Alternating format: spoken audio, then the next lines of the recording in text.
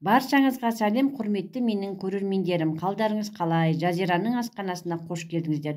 Сіздер осындай әдемі қарыннан дайындалған салаттың рецептін білгілеріңіз келсе, мені видеомды соңына дейін қараңыздар. Комментарий жазып, лайк басып, қоңырауша белгісін баса кетіңіздер. Ал ендеше кеттік, қыздар. Қыздар, осы дәмді қарыннан дайындалған салаттың қажетті заттарын айта кетейін. Ең бірінші міне қарынды мен мынау сиырдың қарны болғандықтан 3 сағат пісіріп, қайнатып, турап, дайындап қойдым.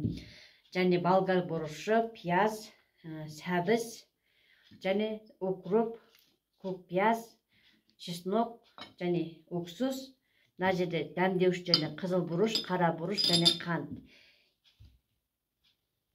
Енді бұл қарын салатын қосатын болгар бұрышынан мен жасыл түс пен қызыл түсті алдым. Енді сіздер қандай қолданғыларыңыз келеді, оны өз еріктеріңіз. Енді осы болгар бұрышын осындай жіңішкелеп, ұзынша қып турап аламыз. Міне чеснокты да турап дайындап қойдым. Енді пиязды міне осылай жіңішке қып пиязды да турап аламыз. Ал қыздар, енді мына сәбізімізді міне өткізіп алдық, ұзынша міне жіңішкелеу қып. Енді осыған жарты чай қасық тұз және жарты чай қасық қантымызды қосып, суы шыққанша араластырамыз.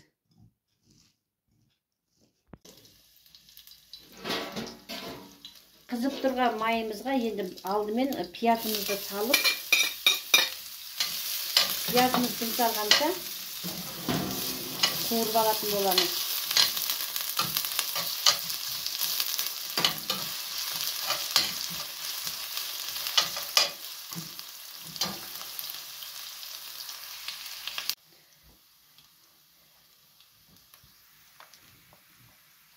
Не қыздар, пияз деген жұмсақ болды, не жұмсақ болғанша қуырып алдым. 3-4 минут. Енді дайындап қойған қарынды бисмиллах деп салып, енді майға пиязбен қосып қарынды қуыратын боламыз.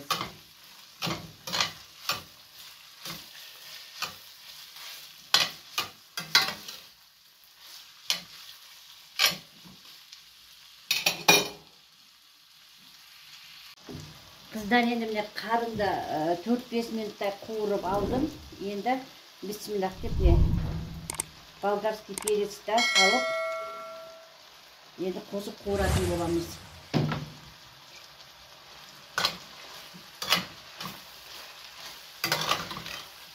Өте көп қуырып, езіп жіберудің қажеті жоқ. Бір 2-3-4 минуттай қуырсақ жетеді.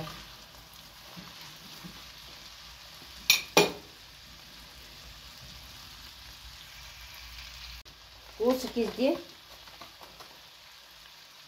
дәмдеуіштерімізді саламыз. Бисмиллахпен қара бұрыш салдым. Және қызыл бұрыштан салдым. Аз мөлшерде. Енді аз мөлшерде тұзын татымына қарай салып қоямыз. Сәбізімізге де тұз қостық, сондықтан байқап көреміз. Жақсылап осылай қуырып аламыз. Бұл енді өте дәм шығатын салаттардың бірі деп өзім ойлаймын. Жасап көріңіздер деп кеңес бергім келеді. Оңай жасалу жолы да. Қыздар, міне қарын мен болгарский перецті қуырып алдым, міне жұмсалған жаздық. Енді осының үстіне міне жаңа тұз, уксус, қантқа араластырып алған салатымызды, мына сәбіз салатын енді қосып араластырып жібереміз. Бисмилла.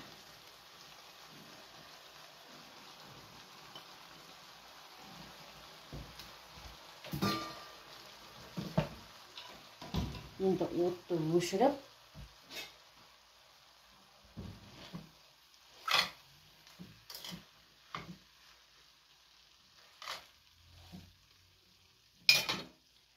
осы кезде енді туралған сарымсағымызды қосып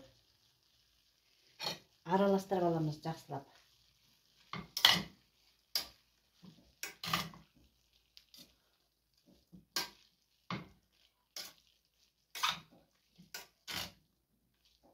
Бұны ыстық күйінде де дастарханға тартса болады. Ыстық тамақ ретінде.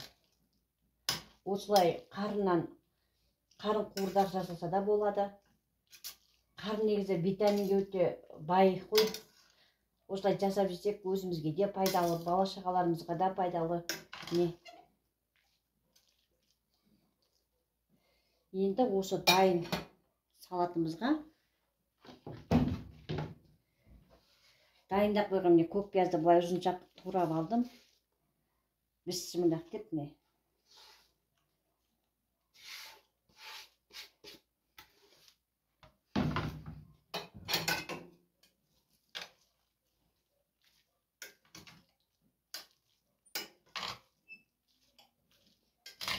Есінің өзі айтып жеткізе алмаймын, өте есі деген әдемі.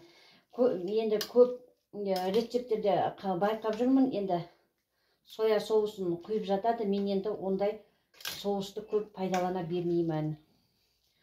Бұлай дайындағанның өзінде де өте дәмді шығады. Жасап көріңіздер.